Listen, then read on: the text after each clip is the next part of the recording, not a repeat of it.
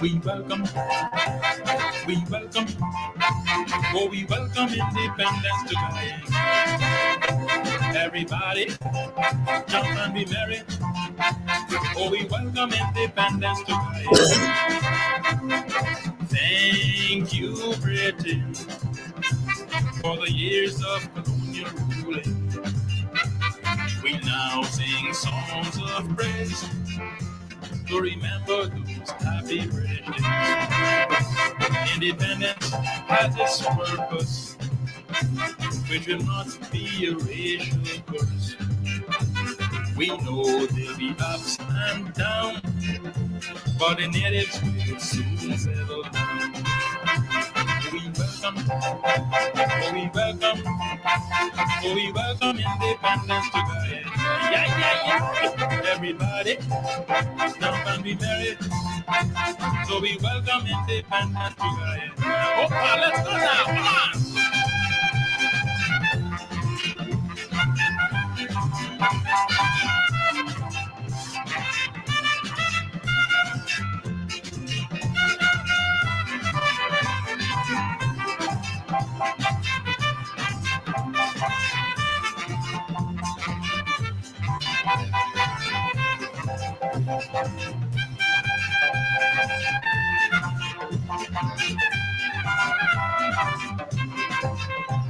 We welcome, oh we welcome, oh we welcome independence to Guyana.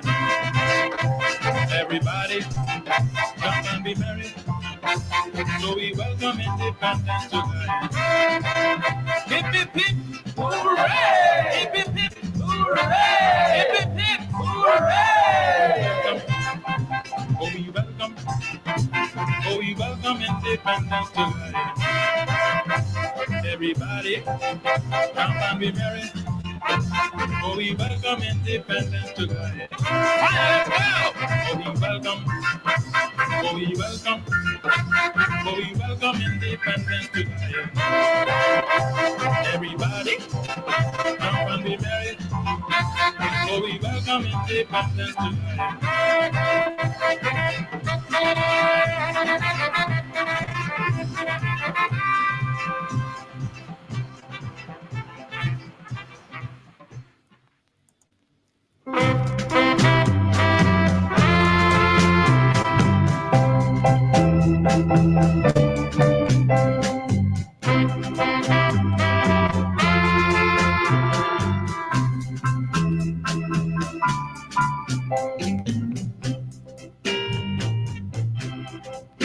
Independence comes to Guyana, hooray, and at last, which was indeed a bloody task. O ye nations of this multiracial land, let's rejoice and join our hands. I know agony still fills the air, and it's more than what some people can bear. But forget revenge, O nations of this multiracial land. Let's live and work as one. Can't you see, oh my people? Can't you see that too many lives have lost? Can't you see that we must rule our destiny and rule it until eternity?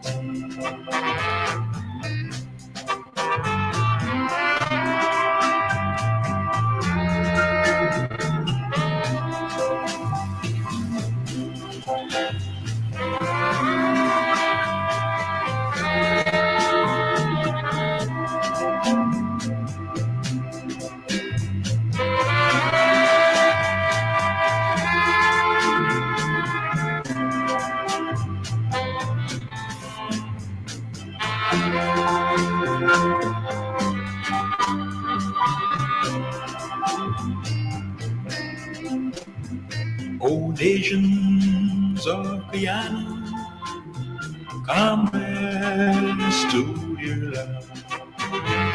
Let's pray to the great God above,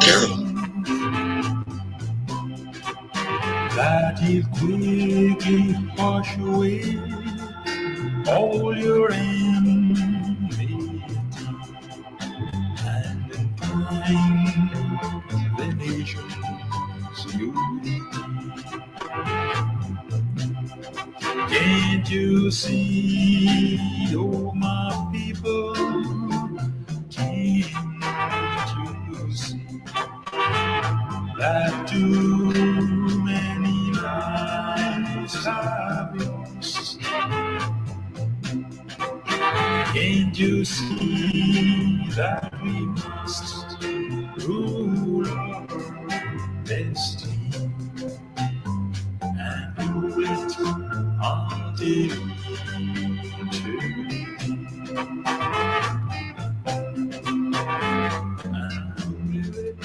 And do it until eternity. And rule it until eternity.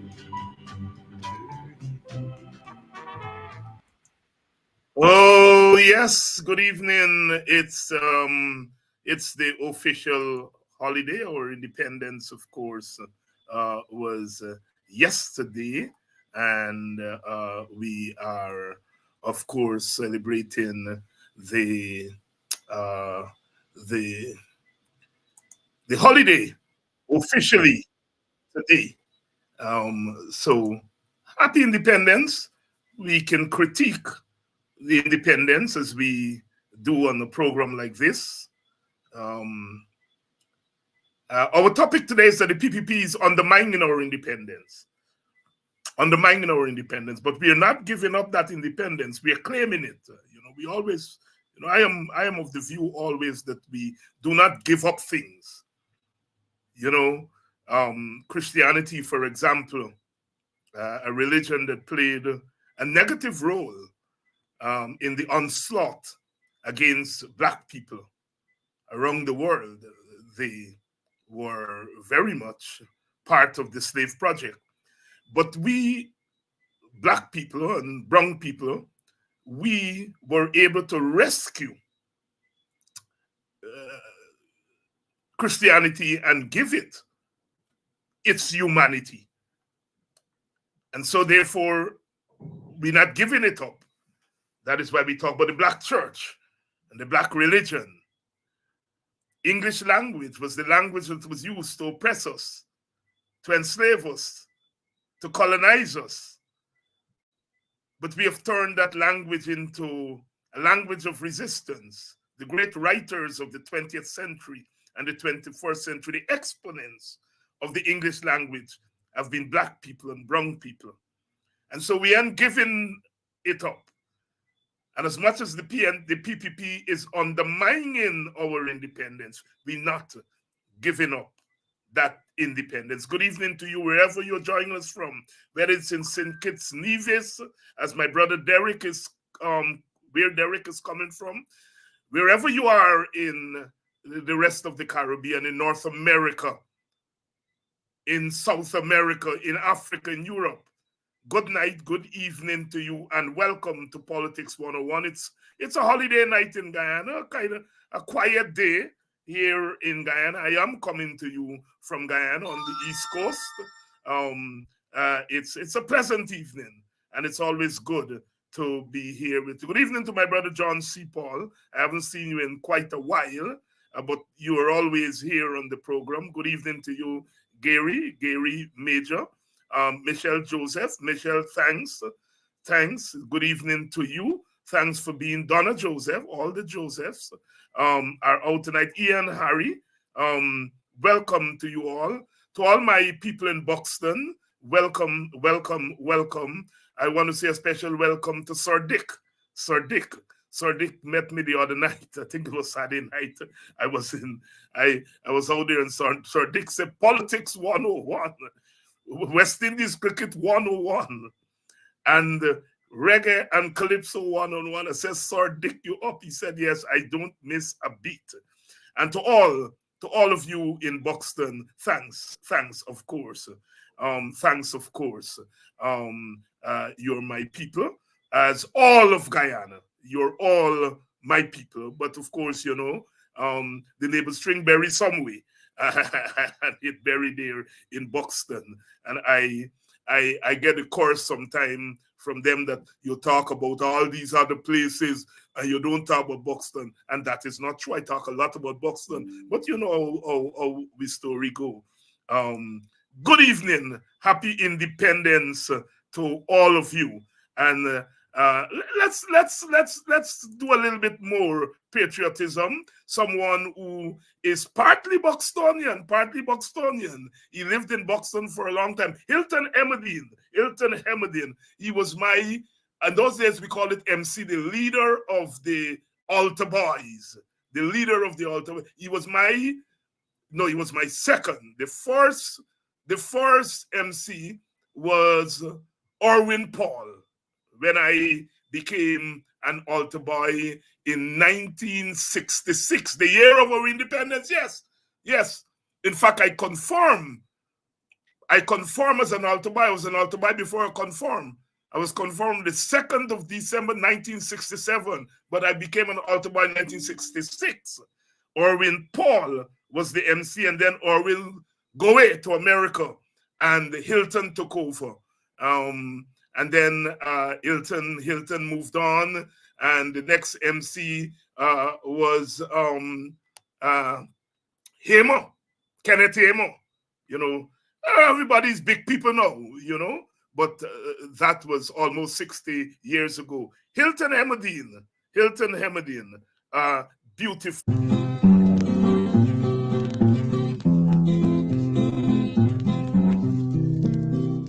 There's a land just off the Atlantic,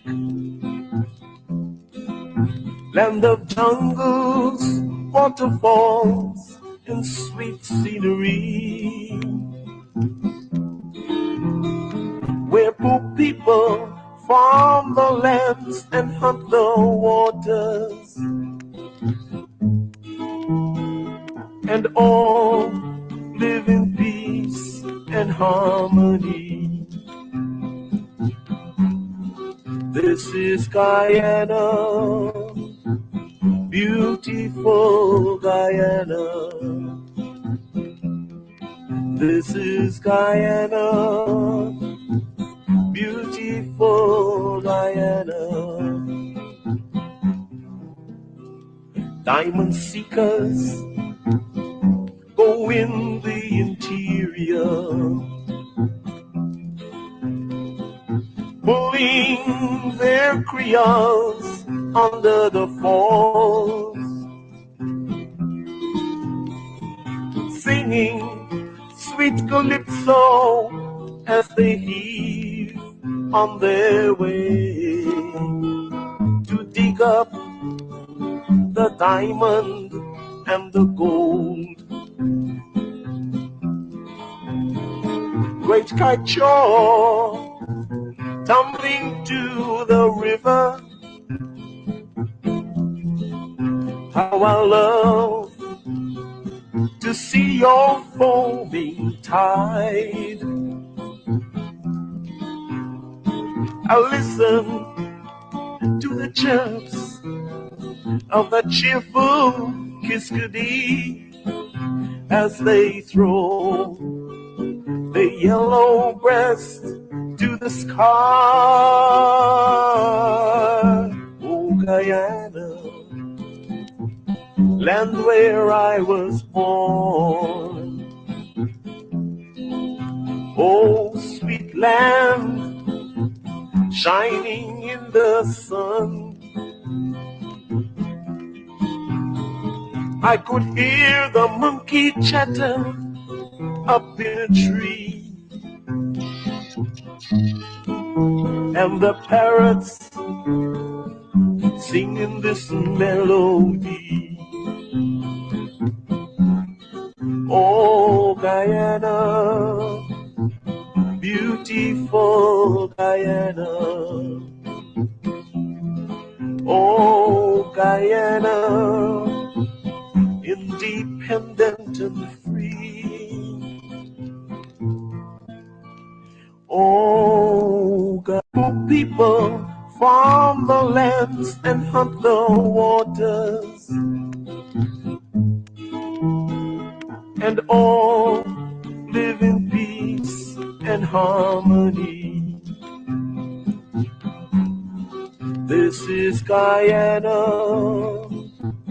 beautiful Guyana. This is Guyana, beautiful Guyana. Diamond seekers go in the interior, pulling their creoles under the falls, singing sweet calypso as they heave on their way to dig up the diamond and the gold.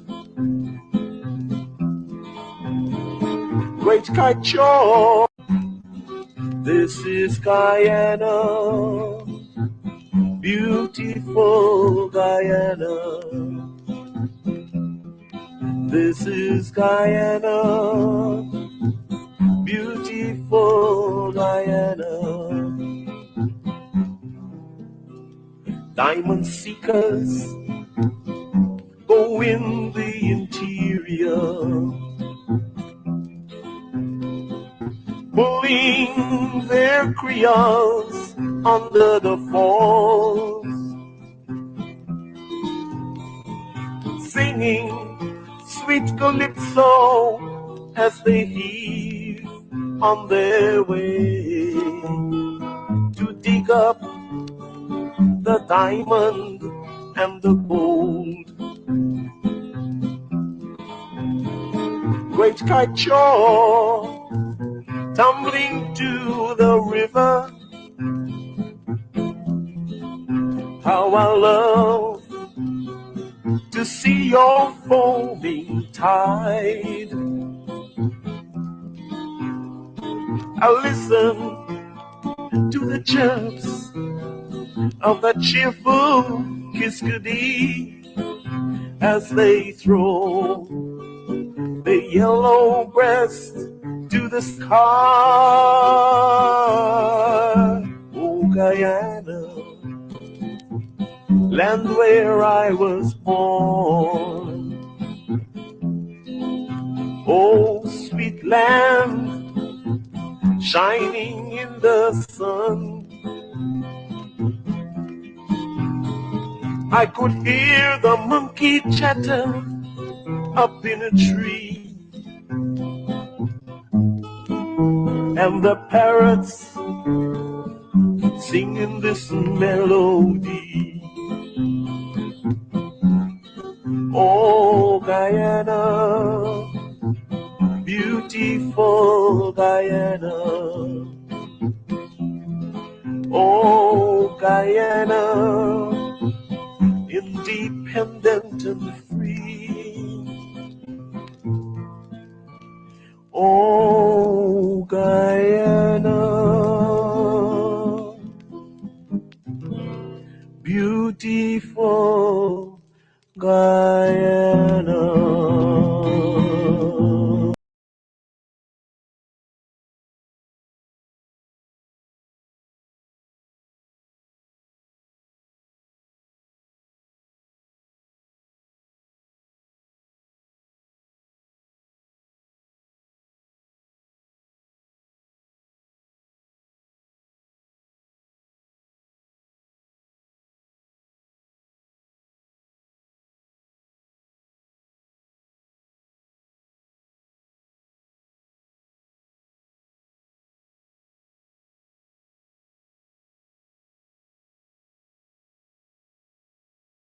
Unmuted.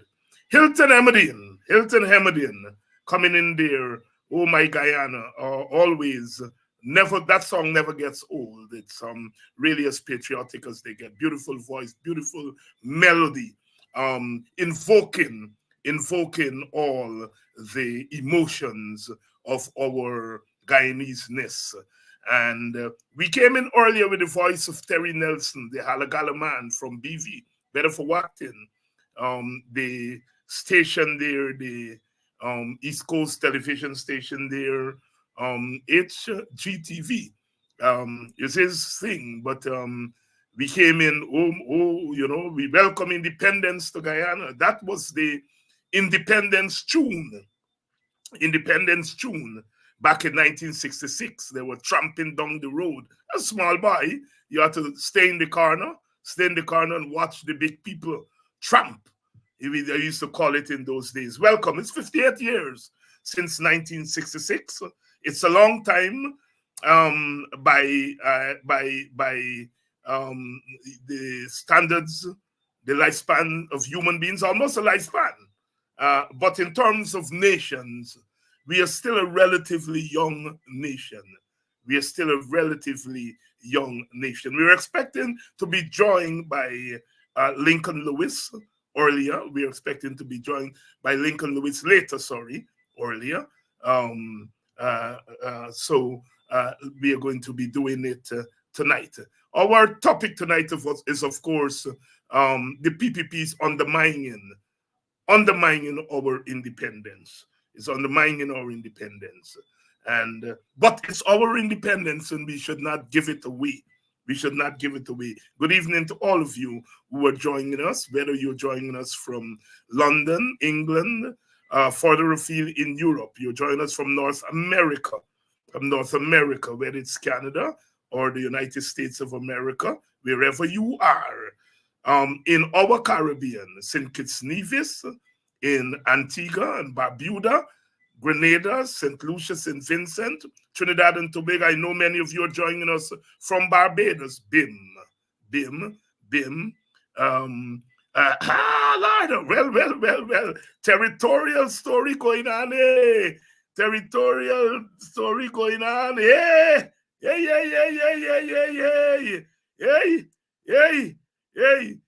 Terry Nelson wasn't originally from Baron. He was from Belladrum. Hey.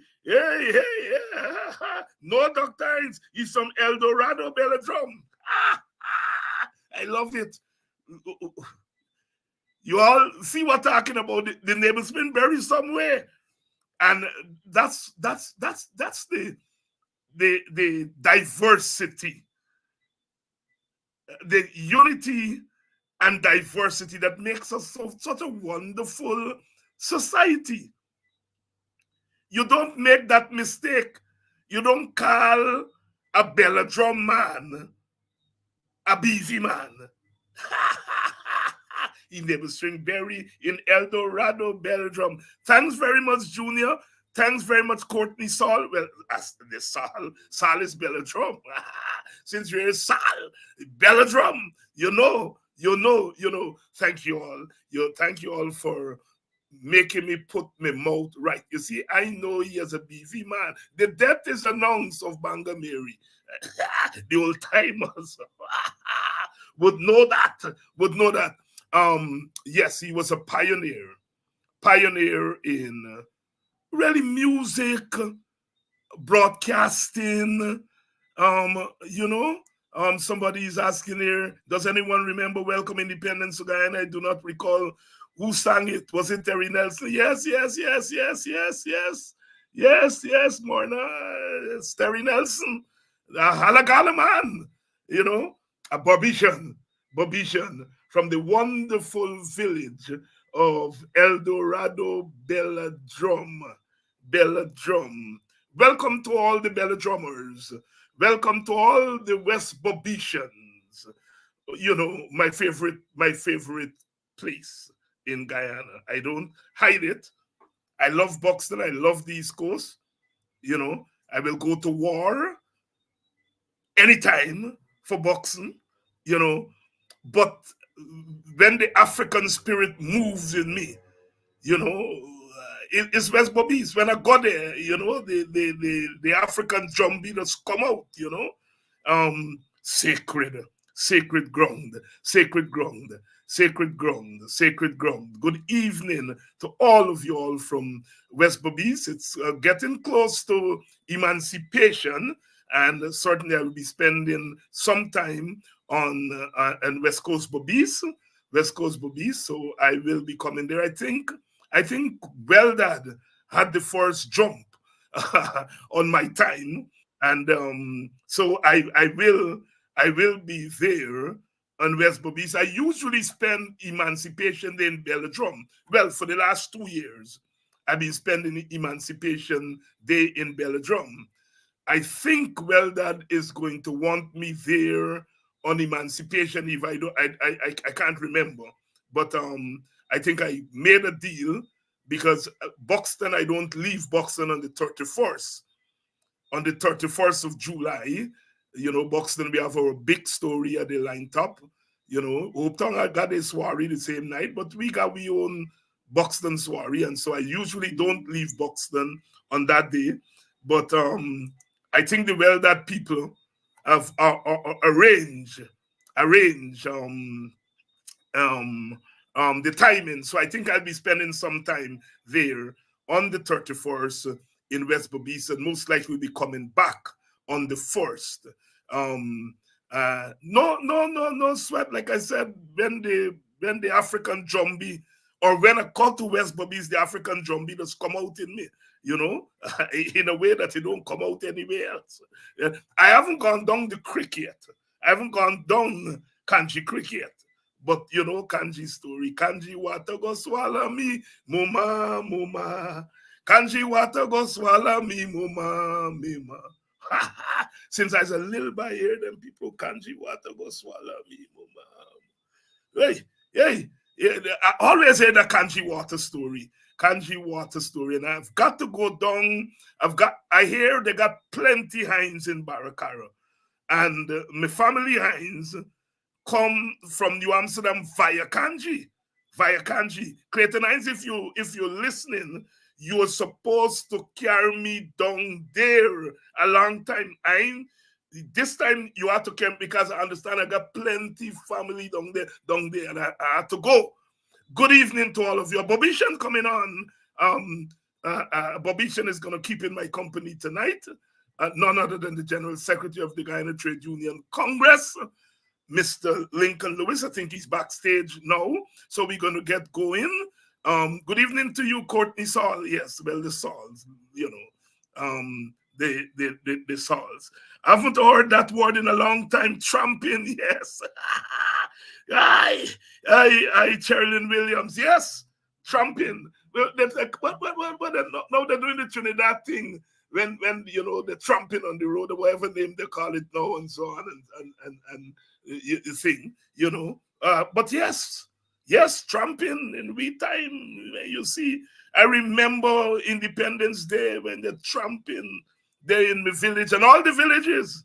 They were tramping them by drinking wine from Posey, brand new Posey. I sure some of you all remember that.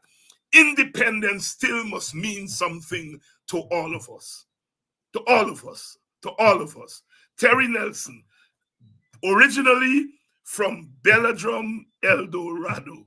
I got to put my mouth right because I'm going to get in story. Good night to all of you. Good night to all of you. Good night to my sister Audrey Garraway from out there on the Essequibo coast. You have Audrey.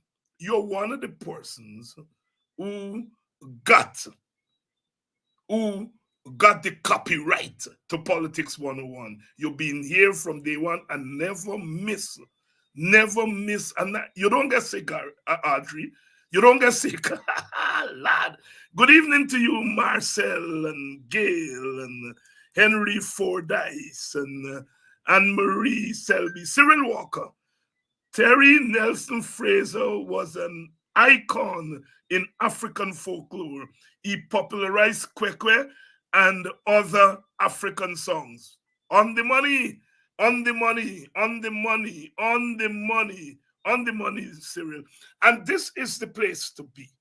This program. Now, we got a lot of these programs. Thank God for them. Thank God for them. From Mark Benchop to Sherrod Duncan to Rickford Burke, to Paul Slow, to all the programs from the APNU, AFC, all of them are playing an important role. Had it not been for these programs, I don't know where we would have been. But this program, Politics 101, you know, we all do the same thing, but we do it a little bit different. It's a little bit folksy here, right? Yeah? We get into the culture here. Even though we're doing politics, we get into the culture, right? I come up under Sidney King, UC Guyana. So the politics was never just party politics. The politics had to have culture. So the politics had to have the drums, it had to have the language. And I, coming up under Guyana, you have to develop an ear for the language, the folk language, the folk sound. And you have to do that. I mean, you go in Buxton and you say, boy, David Hines politics. No. I was a Kwekwe man. I was a Nancy Story man. We used to act. The first Guyanese film, all Guyanese film, Agro Seasman. Agro Seasman. I was part of it. I was part of it. You know, so the culture, you come up in the culture. You come up in the politics arose out of the culture and not the other way around, you know. And when I told Brother UC, God bless him, I said, well, you know, I think on the 31st, I've been going to Weldon. He said, what? He said, that's a special place. Drums. They had a drum festival there, he said, in Weldon way back. And he said, when you see drums start rolling, Weldon like nowhere else in Guyana. He's very happy that I'm going. And when I go through West Bobis, people tell me, well, your elder used to come here. In Belgium, they show me the whole simple man. He said, those is where your elder choir used to come and visit. And yeah, Quayana spent a lot of time in West Bobis, and so the culture. All right, it's Independence Night, and always a special. We're not giving up the independence to nobody, no matter what they do. We're not giving it up. They're undermining the independence, but we're not giving it up to them. It belongs to us. There's a land just off the Atlantic, land of jungles, waterfalls, and sweet scenery, where poor people farm the lands and hunt the waters, and all live in peace and harmony. This is Guyana, beautiful Guyana. This is Guyana, beautiful Guyana. Diamond seekers go in the interior, pulling their creoles under the falls, singing sweet calypso as they heave on their way to dig up the diamond and the gold. Oh yes, Hilton, I'm in there, and Hilton, I know is a New Amsterdam man, but the Reverend Canon Hemedin, Litchfield man. So Hilton gets some roots there in West Bobis. Hilton, if you're listening, please call me back. You called me, I think, 2 weeks ago, and I couldn't take your call at the time. And when I was looking for the number to call you back, I couldn't find it because, of course, I don't have your store. Please call me back. Send me a text. Say it's you, and I'll make sure I call you. Hilton, if you're listening. Hilton Emedine, my second MC when I was an altar boy. The first one I said was Orwin Paul, go away to America, Hilton take over, then Hilton go away, and then Kenneth Hamer was my third MC. And them chaps were serious.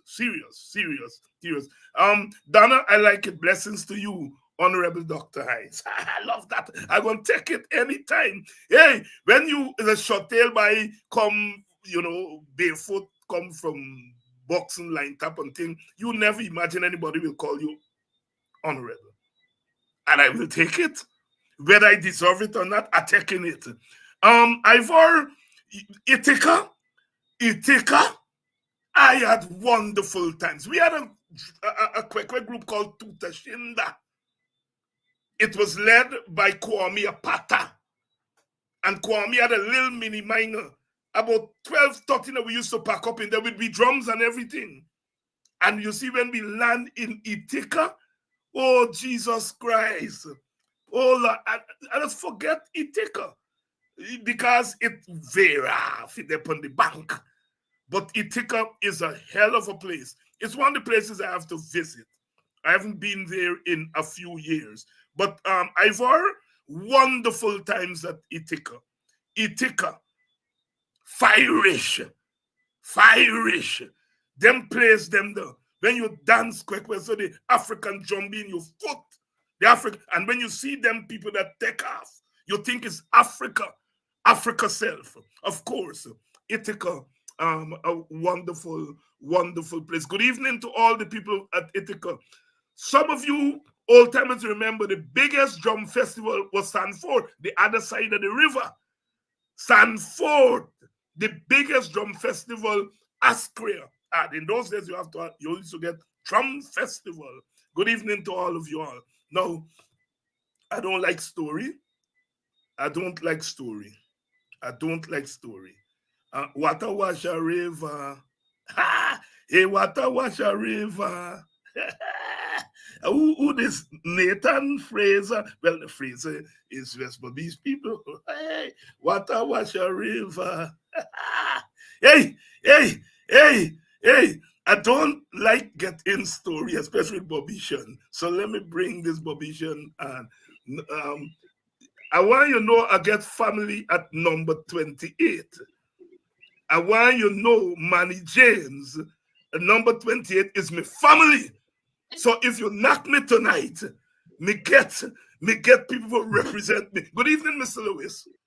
Good evening. I just always walk home and pick up family, man. Thank you. Pick up family like grass. Anyway, good night, comrades. Good night, comrades. Good night, sisters and brothers. Is comrades still allowed? Isn't Marxism, Leninism, and socialism expunged? But democratic centralism remain. Lincoln, how you do, boy? Hey. I'm trying. Hey, you never tell me Alagala man is a Belladrum Eldorado man. Yes. And let me tell you something. Hilton Emedine and we are the 5th generation of Kojo McPherson. But there you go. That is why I'm saying to the audience, I love boxing. My neighbor's drink berry there, and I would go to war anytime for boxing. But when you see me go West Bobis, the African drum beat just come up in me. Water wash a river. Water wash a river. Hey, Lincoln. Reflections on independence. Clearly, you like so many of us, we grew up with independence. we grew up with independence. Some of us were born a little before independence, but really grew up with independence. 58 years later, talk to us about what independence really means to you, Lincoln Lewis. How has independence shaped your worldview? How has Guyana independence really chart the way for you to navigate this hostile world that we have had to endure these last six decades? Let me just tell you that, I can remember the first independence celebration. I remember the villages, the mobilization in the villages. I come from a village. In West Bobis, there were villages that the communities, the people mobilized themselves. They had seen it as the last vestige of the, really, they said, well, look here, these white people, they're gone. They were the colonials. It's time for us to run our own thing. I believe that there was that passion within the individuals and the villages that they want to turn things around for themselves. They were more involved in planning their programs, but as time go by, for me, it means a new way of life, a time when we can what we call like intensify not only the struggles but for the dignity of myself and others as young men and women. We see differently. It was not, you would have been able to plan your own program of what you were going to do. Now you go back and you understand this, that during that period, the politicians don't plan a program for you, and tell you what you must do. You plan your program. But as time goes by, I observe now that you don't leave that decision as to what you will do has been removed from the individuals. And this brings me back when you talked earlier, and I said when you talk about Marxism has been expunged from a certain constitution, but I said to you, democratic centralism still exists. We are now faced with a situation where if you live at quarantine, and some people want to run the government will say, look here, the flag raising going to be at Essequibo. They will tell you that, okay, you can't get something there that can compete with them. You have to go there. It was more a bottom-up. In the past, it was more a bottom-up arrangement. Now it's a top-down arrangement where you are told now what will happen. That independence from the ordinary man and woman has been taken away. And those are the type of things that that we have to look at, and we have to. I heard you earlier. You're making the point about when you go to West Coast Bobis, what has happened, and you're talking about independence belong to us. Yes, independence belong to the people, but over time it has been taken away from the people. The celebrating of independence have been taken away from people, and even the question of whether what you will want to do in your village, it is not permitted. So independence have been now taken away by the people we have elected to public office from the people in the villages. And this is something that we need to look at, and we need to discuss and determine a way forward on that. Lincoln, let me say this. Look, I am all for national unity because we have different ethnic groups here, and no ethnic group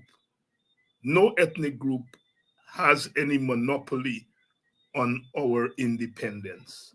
All of us contributed to that independence in our different ways. And so the celebration of independence should be for all of us. But I have to say that I was disgusted. And I noticed you used another fancy adjective to describe what the PPP did. There is no doubt the PPP has made it clear that it wants to do slave catching in the African Guyanese communities. And so what it did was to plan a PPP, not a national, a PPP independence flag raising ceremony, and took it in the heart of the African Guyanese community in Linden. Now, I would have had no problem if the PPP had said, look, this year we're not doing Georgetown, we're doing Linden. And call in the leaders at Linden, the opposition leader, and say, let us set up a planning committee and have a national flag raising ceremony at Linden. I would have jumped for joy. Because that's how it should be done. But the PPP went into Linden, the Linden leaders, the political opposition, and held a PPP flag raising ceremony in the heart of the African Guyanese. I'm so offended by that.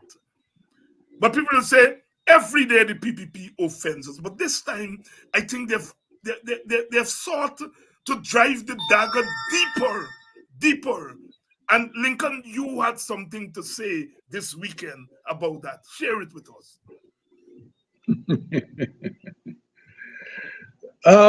Let me say to you, David, that we have a very serious problem. What you have in introducing this subject, you have spoken about going to the heart of, going to Linden and what they have done. Let me tell you something. This government don't believe in all the things that talk about national unity and national programs and so on. They don't believe in it. They believe in a PPP program. It must be thought out by the PPP. It must be embraced by everybody. It must be executed by the PPP. And so be it. You like it or not. That's all they have decided to treat with us. What they did at Linden, it is something that we cannot countenance. I cannot countenance it. And you see it in Region 4, I believe it was last year or the year before, with the regional chairman at Region 4, the mic was taken away from him by the microphone by the RU. Let me make this thing clear. People get soft. Let me give you an example. I come from Bobby's. I live in Linden, the cream of my life. I remember we get a strike and we pick it in. The car man used to drive around the next area. He ain't coming through the place that you pick it in, You turn off. But if they come in the area, they're too beyond in solidarity. Nowadays, the car driver, private people, turn up the window and they're driving through the picket line. That same trade union that fight for them, that fight for one man, one vote in this country. You believe in Linden in the 70s and early 80s you could have done that? No. You got to go in the trench and take the car out. You may want to say that some people may want to say I'm violent, I'm preaching violence. I'm not preaching violence. I'm saying to you the respect that people have for struggles. Today, there should have been a clash of not only thoughts, not only acts, but a clash on this year. But I tell you, one of the things I got to commend the leaders for, with little bit of resources, they have been able to hold the PPP from running through. What the PPP do, you know, is take the state resources and run through the villages, and then all they got to Linden. They have never had a resistance like this one. But I'll tell you what, they will never stop. The strength about the PPP is that they don't care. They don't concern about anybody see. They will do it. But what is instructive about the PPP program? Let me give you an example of something I saw the other day. They are moving some people at Peters Hall, moving the residents there to put a bridge where the bridge will land. And they get this African minister, a minister who ought to be an African. He looks so, but I don't believe that his heart is there to represent or advance African interests at any point. Can you imagine the minister walking down with the list and the letters to hand to the Minister Edgil, handing them to the people who got to move? Every time these people intend to fight a group of people who are resisting, be it African or Indians, they send the black man. They send the black man to do it. When they went to Linden this time, they don't send the black man, they bring a black one from United States to tell the world we are inclusive.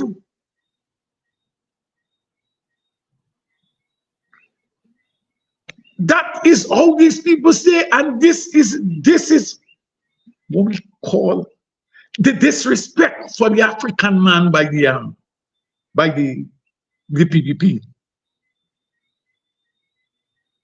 Have no bounds. They will continue to do it. Lincoln, and all of them, yes, sorry, go ahead. All of them who are involved in doing this type of thing, they expect you to concur with their conduct. And when they're caught behind closed doors, they tell you how racist the PPP is, but they remain right there. We have to start alienating these men and women who are involved in this activity. You call it cashing, but I want to tell you something. I want to tell you something. This is a program of genocide, starting with the minds and the pocket of the African man. You want to say something? I want to go to the pocket of the African man, because years ago you employed the term economic genocide. In recent times, I've been playing on economic genocide and playing on Orlando Patterson's construction of social death. He said that what slavery did to the black man was to kill us socially, what he calls social death. And I've been talking about economic death, economic genocide, economic death. And I've been linking what they've been doing to the teachers as part of the economic genocide and economic death of Africa, in making the point that teachers make up about 75% of the teaching profession. Africans make up about 75%, mostly women, and in many cases, they are the head of their household. And to deny them a living wage and to fight them at every twist and turn is not just taking money out of their individual pockets, but you're taking monies out of their communities. Because if you have 25 teachers, 20 teachers in a community, you multiply that by 4, that's 100 people. When you talk about the extended family, those 25 teachers, they're really responsible for about 200 people, the sustenance of 200 people in the community. What you are doing is when you go to a small community like number 28 or Litchfield or those communities on West Coast Bobbies, and you deny the teachers a living wage, you're really killing those communities economically, because not enough money is circulated in the community. And so therefore the fighting down of the teachers is not it. The teachers are fighting an industrial relations struggle, but the government is fighting them politically, because the government is not responding to them as employer. The government is responding to them as political bosses. And so therefore, the struggle against the teachers is not just a struggle that is taking money out of the individual teacher's pocket, but it is a committing economic genocide and death on the African Guyanese community. Your thoughts, Lincoln Lewis? Let me tell you something. I've been driving around, I've been going into the public places. And you live overseas, but I'm telling you, I live here. It irks me to see there are some institutions now, when you drive in, they're totally dominated by where Africans used to be. They are no longer there. They are now being dominated by other groups. Let me say to you that what these people have done, they have given workers, African workers, contracts and tell them that they're going to get what do you call it, severance. You'll be better off than being an employee, a full-time employee, where you can get tenure. You'll get your money now. You know what they did? When the government changed, they kept some of them there for years. When the government changed, what they did is that when the contract ended, they replaced them with somebody else. I say that for you to understand that is one way that they're taking out. They now sweep the Africans, put them to the breadline. As it relates to the teachers, this year, let me understand that the struggle of the teachers, while they are seeing it in the context of a bread and butter issue, it's an economic issue. What the government has done is to clone it in put on political clothes on it. And all of us must recognize that this here is not the end results you're looking for is bread and butter. But who determines if you get bread and butter? They are all political operatives who have floated the whole struggle in a political nature. We put on political clothes on. We got to understand who we're fighting. We got to take action. We have to take action on this situation, because the community within which these you made a point, like you threw up the numbers. You said about 75% of the people come from African community. Yes, in West Coast Bobbies, most of the people who live there, they either who stay there day to day, they either be teacher or some nurse or something like that. And those communities where the dollar pass only one time, right? You understand economically what it will do when they decide that they're not going to do anything. And let me tell you what, notwithstanding the law has been interpreted by Justice Samuel Kissoon, I know what I understand these people like playing cricket with football, right? You see the ball coming big in front of you. They are going to take a position at some point that they will not pay the teachers. And we will have to intensify this struggle for bread and butter. And for all the labor leaders in this country, I want to send them the message that if you don't come on board and stand up with the teachers, you will not be able to achieve anything for your members. We can't run from it. This year is independence is only a name now to all of us. It's only a name, but it's an act for the PPP. It's an act of subjugation. It's an opportunity to intensify their control all in the necks of the citizenry of this country. We have to understand very clearly that this year is do or die. The president talking about we love the teachers. Which teacher you love? And you call them names and derogatory names too. You play to the gallery. Many of us have to take, this situation, David, it is more serious than even the teachers may think of. They want total control.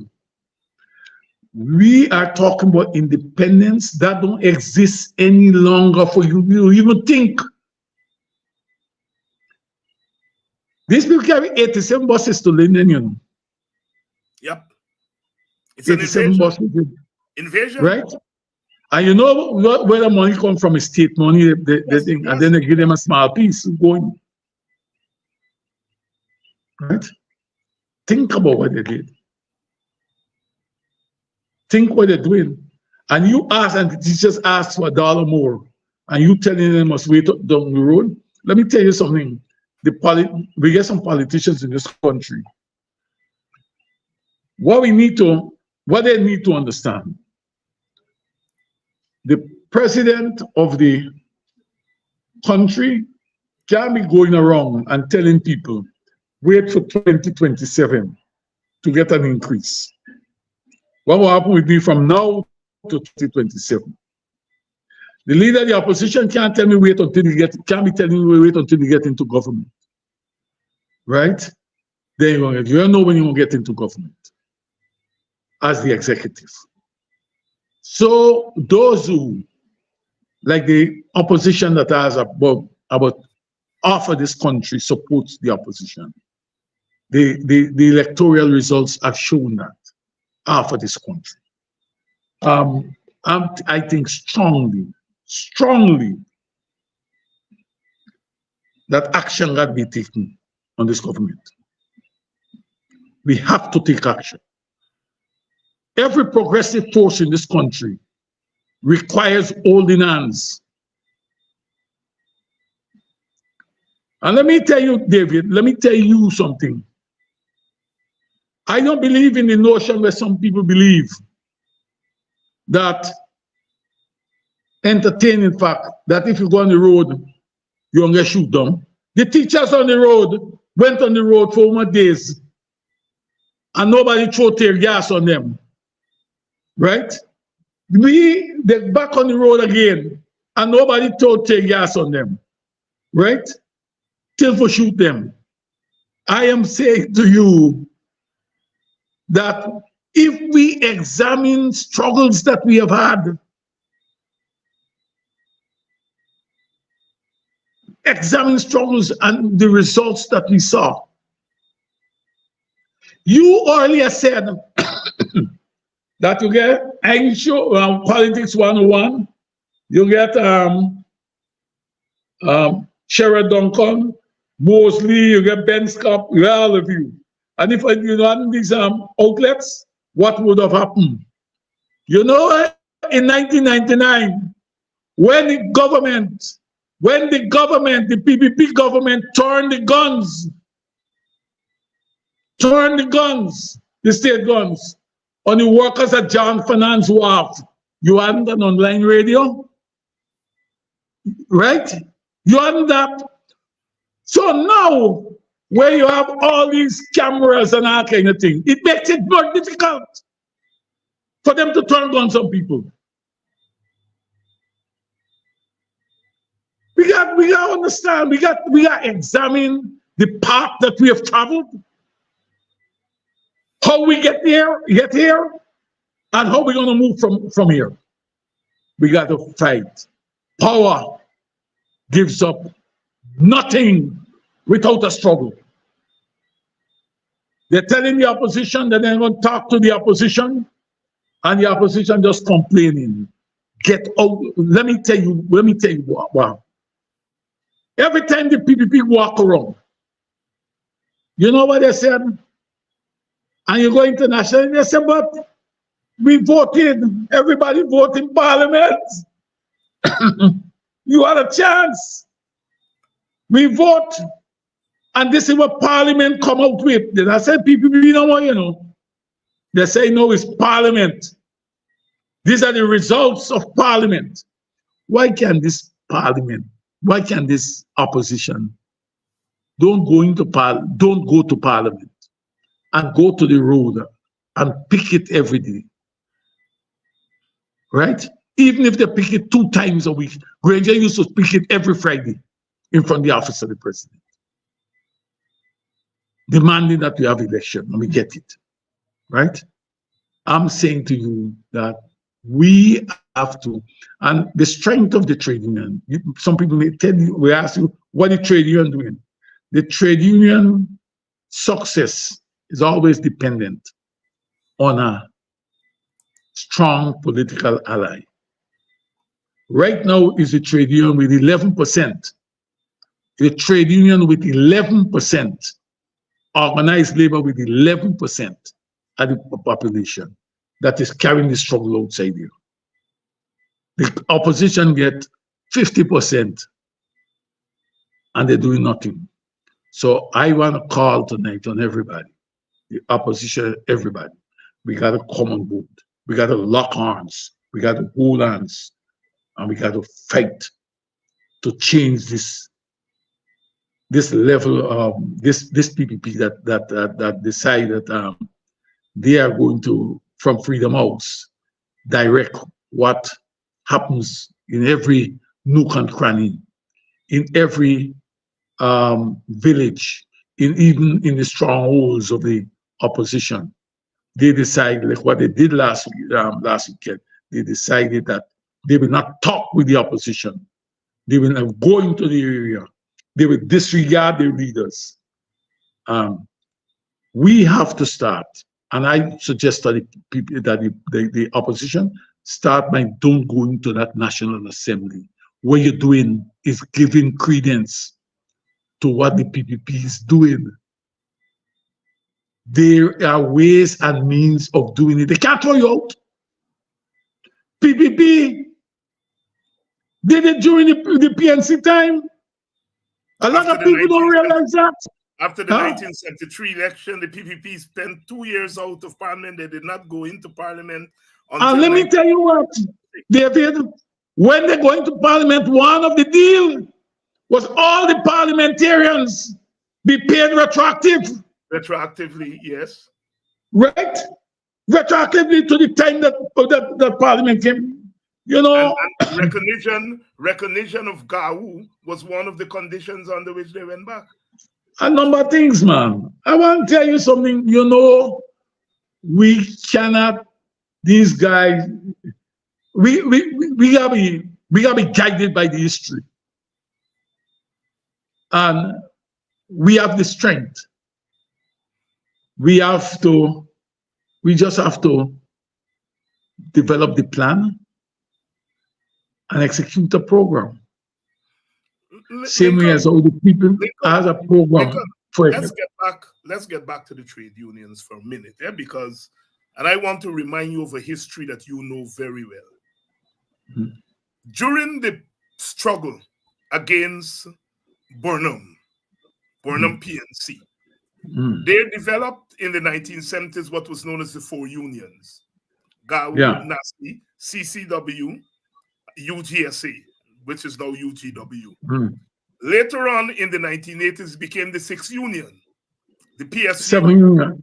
Seven Union. unions, the PSU and the two bauxite unions. You were part of that. And so you had seven unions standing together and saying, look, some of our supporters, some of our members may be voting for this government. We are not against, but we are fighting for workers' rights. And you had union solidarity. People are asking on this program, where is the PSU?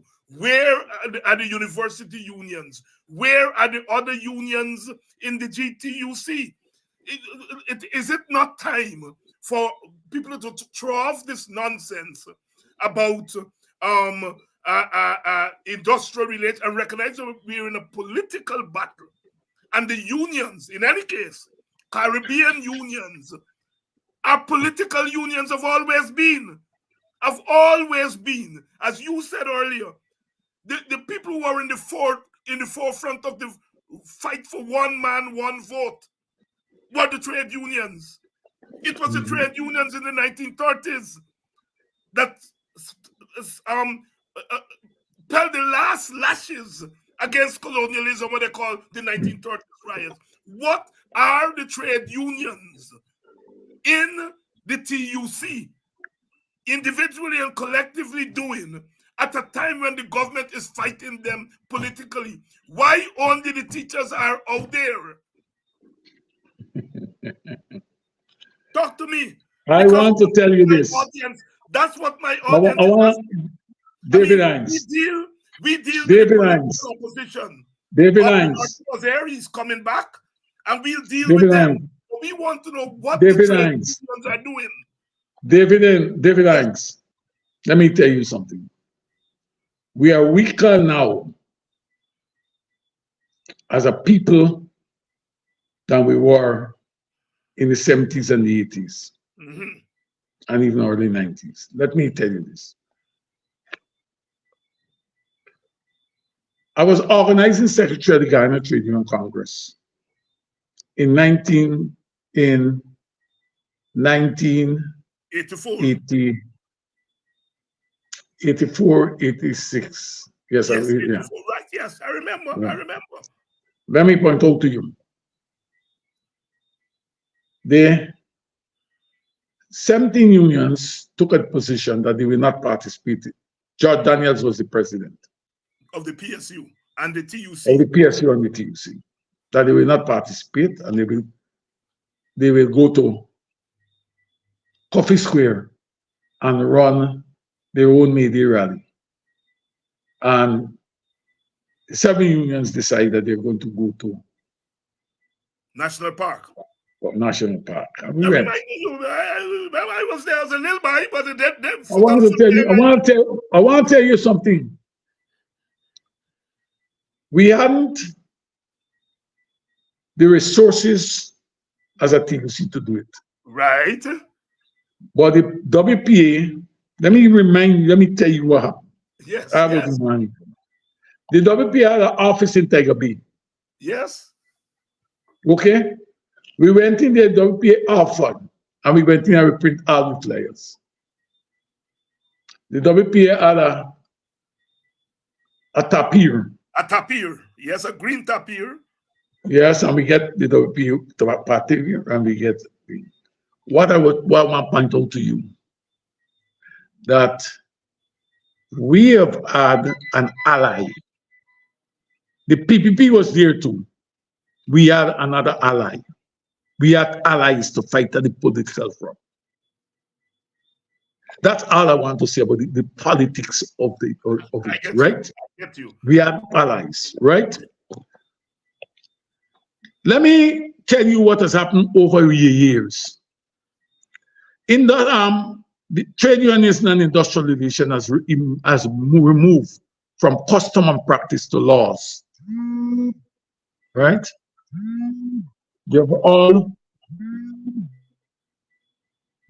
and laws.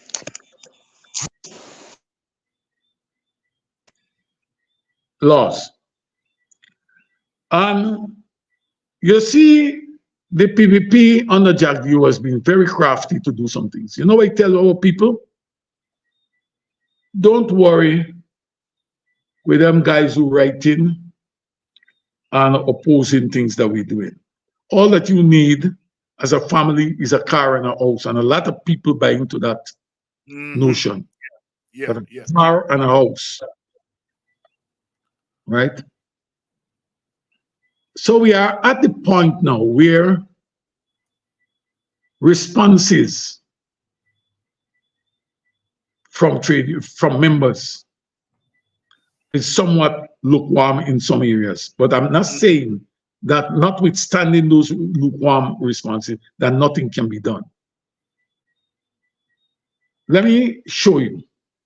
For instance, we talk about the PSU not coming out. People tell me, up to today, people call me, PSU must come out. Well, it's not a matter I'm comfortable discussing in the public, but let me tell you this. The PSU, in every form, have been discussing with us what can be done to move this thing beyond where it is. The challenge that a union like the PSU and others feel is that if they come out on solidarity, when you finish with the teachers, okay, and the teachers receive an agreement that is satisfactory to them, the difficulty is when they got to tell their members to go back.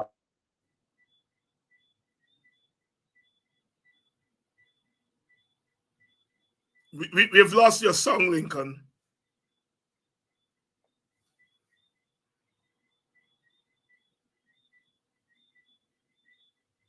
We're not hearing you. We're not hearing you.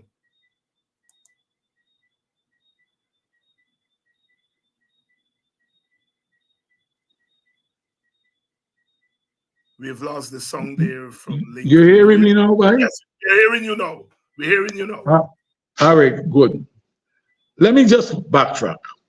I said the difficulties the PSU and others face is one, if they come out in solidarity.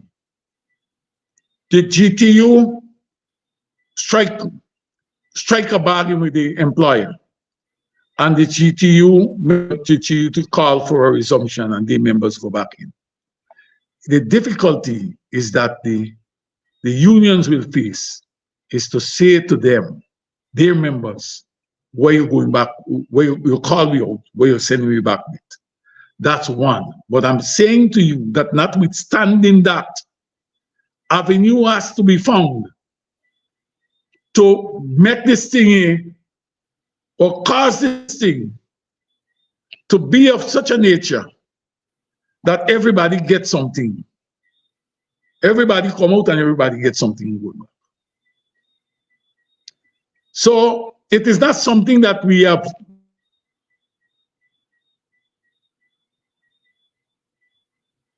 Your song is gone again, Lincoln.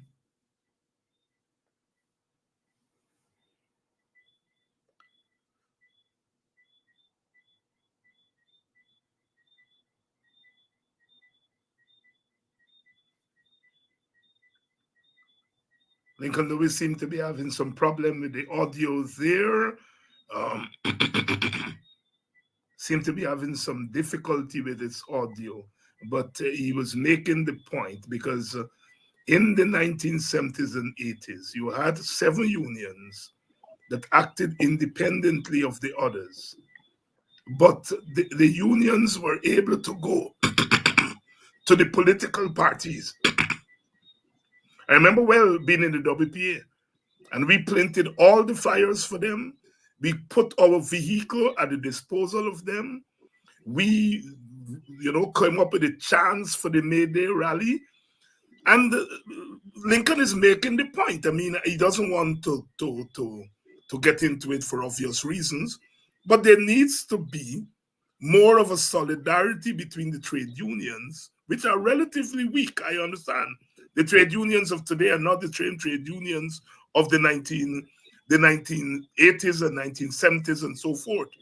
But this is where the political parties come in. It's now in the open. The teachers are fighting an industrial battle, but the government is fighting them politically. So the unions have to work out a strategic relationship where the political parties support the teachers. And you don't have to support them by going and take over their strike. You support them by giving them material and other support. That's the model we used in the 1980s. Our party, the WPA, we give all our resources. We stopped all our programs and we put all our resources that we had to the unions and supported them, printed all their flyers, put our one vehicle at their disposal, announced. Well, let me tell you something. Yes, go ahead. Tell you something, David. Yes. Let me tell you something. Yeah. It's different in politicians. You know that during that era, every cent, the budget that we had submitted, we used to get a grant from the government for Labor Day and so on. You know, that grant, the day before Labor Day, that grant, that check that represent that grant for Labor Day activity was delivered to the TUC. You understand what I'm talking about? In this case here now, we are in, you get nothing from them unless you can go on a platform from the government. You cannot get anything from the government unless you go on the PPP platform and PPP. And you have to continue to do it before you can benefit from the largest of the government. So Lincoln, you agree? Lincoln, one of my viewers here tonight, Denise, she's on. She's saying here, then let the trade unions go to the opposition and seek the support as you all did in the case with the WP and to some extent the PPP in the 1980s. She wants to tell us, she asked if she wants me to see what we have done. Okay, well, it's up to you. Yeah, it's up to you. The opposition leaders. I want to talk about it. I want to talk to you. I guess she's not saying, she's not entertaining that we have not engaged the opposition. All right. Does the opposition want to engage us? Good. It is a question that I will put to the opposition leader when he comes here. I can tell you that, because. But I don't want, when you put the question, you don't have the evidence. I'm going to send the evidence to you tomorrow. All right. Send it tonight. Good. Send it tonight. Lincoln Lewis here. We all are agreed. I think Lincoln has said here tonight that this struggle has to go to another level. This struggle has to go to another level. These people are beating the teachers with a political whip. In fact, they're beaten with a political hammer. And we political people cannot stand by and allow it and say it's an industrial relation struggle. Yes, from the teacher standpoint, it's an industrial relationship struggle. And they must continue to fight. Fight for bread and butter. But as Clive Thomas said, there can be no bread without justice. And bread and justice have to go hand in hand. And one of the things, Lincoln, as you remember, the WPA put Clive Thomas at the disposal of the trade unions. In fact, at one time he was on the executive of the TUC, and so on. So this relationship between trade unions and political parties, when the going gets hot, we did it before, and we can do it again. We can do it again. So, Lincoln, I think your point tonight is well taken. We have reached the point where we've got to take this thing to another level. We're not hearing you. Your audio keeps going.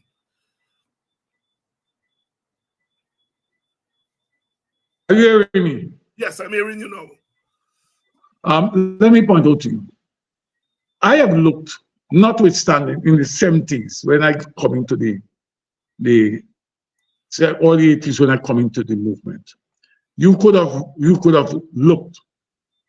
Clive Thomas, Harold Lutchman, the university people, the University Workers Union, yes, were playing a tremendous role in the trade union community. I want to tell you that I remember at one time when the Bauxite Union was negotiating with what do you call it, with Guymine, when they threw all the information, the amount of, when we asked for data, when they give us the data, it could have filled anything like about 10 cartoon boxes. We took that and we went to Clive. And Clive looked at it, he said, bring your team, we put your team. And they break it down to a 23-page document. Right? Okay, very good. Right? That when you got to the company turned back and said, look, we can accept nearly all these things that we put there. So I'm saying that for you to understand that this whole issue about politics and politicality is that while governments may have taken those positions, our people, the trade union community, was never deterred about it. Let me, in this specific case here, the Justice Sandil Kissoon's case, the judgment, if you read the GAU, the second largest union in this country, may they have said that Kissoon is not right. This is a trade union that is turning to say that the victory of the workers must be thrown aside. We have to understand that in every struggle, all these things that we are talking about, we have to take every iota, not only of what is said, but the behavior of all the unions before we, in this action. Are you hearing me, David? Yes, we're hearing you. Yeah. So it comes now to, we come now to the point of what we're going to do. We have Lincoln Lewis, he's having some problems with the audio tonight, but Odessa, Natalia, yes, I agree with you that the social media influence are partially responsible for taking the struggle to the next level. But it is the institutions that have to act now. And I am, on behalf of the WPA tonight, I'm committing our party to doing what we could do to help the workers struggle. We did it, as Lincoln explained, in the 1980s, when we put our meager resources to the use of the 7 unions. They were called the 7 rebel unions in those days. And if the unions in the TUC are prepared to take this thing to the next level, I am committing on behalf of the WPA, our party. We are prepared to meet. We don't have to meet in the open. We don't have to tell the public what we discuss, but we want to make it clear that we cannot leave the teachers out there on their own. They cannot be left out there on their own because they're being beaten. Yes, Lincoln. Let me go further to tell you. Yes. When I go to work, I go right through Wolfwood Avenue. And it irks me when I see children in the schoolyards, right? The parents, the community has a responsibility, just like the teachers, to make sure that the government put resources into education, and one of them is pay the teachers a living wage, a decent wage, right? What the government is doing, and a lot of people don't understand that, what the government is doing is playing with the future of the people in this country. Because if you can't provide quality education down the road, how are you going to develop the country? This will give them an opportunity to intensify their program, to go to Bangladesh or somewhere and bring nurses, bring doctors, right? Because we can't produce them. Because we can't produce. These children who are denied education now are the future of this country. And we must look at it within that context. Rather than sending your children every day, the teacher strike, and they're running around in the schoolyard or they're liming on the road. Stop that. Pick up a placard and join the teachers outside there. That is what they should be doing. This struggle is the teacher struggle, is the nation's struggle. The nation's struggle. I agree with you, but we have to put something before the people. We have to put a movement before them. And I'm saying at present, it looks as though the teachers are out there on their own. I'm sure that the unions in the TUC are doing stuff in the background, but that is not evident. That is not evident to the public. And so let's commit ourselves to putting a movement before our people that they can join. It has to be a movement, and it has to be a movement that supports the teacher struggle. Lincoln, we have run out of time. Your closing thoughts. David, this program is short. Next time, let me get some more time. Right? Okay? Yes. I want to say that we are on board. The unions are working. We cannot say outside there what we are doing. What you're doing, right. Right? We are working. We have worked through the weekend, and we're working tomorrow too. The teachers' matter is paramount in this country at this juncture. What we're looking for is protecting the future of this country. If we get a cadre of men and women who run away from mathematics, physics, chemistry, we will not get proper engineers and good doctors. It is about the future of this country. They're the future of this country. Thank you very much, Brother Lincoln Lewis. And as you said, we're going to bring you back in the coming days so we can expand on this subject. Thank you very much for coming on. And thank you. And I know that all day we've been trying to catch up with one another and we keep missing. But let's talk in the next 24 hours. All right? Yeah. Okay.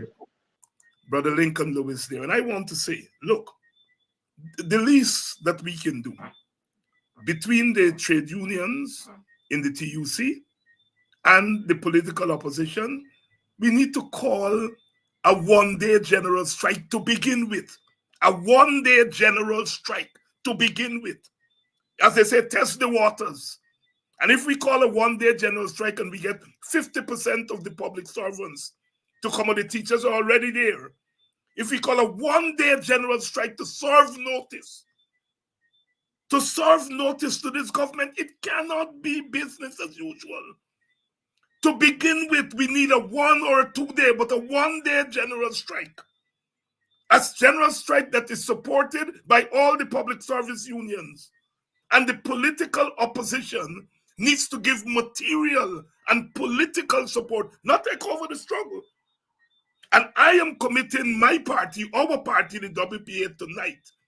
Here, I'm saying it publicly tonight, that the WPA feels that the time has come for the political opposition to take an active role in supporting the teachers and the public service unions.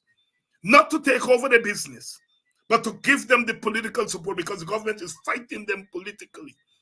And the teachers don't have the tools to fight back the government politically. Those of us who have the tools to fight them back politically should do so.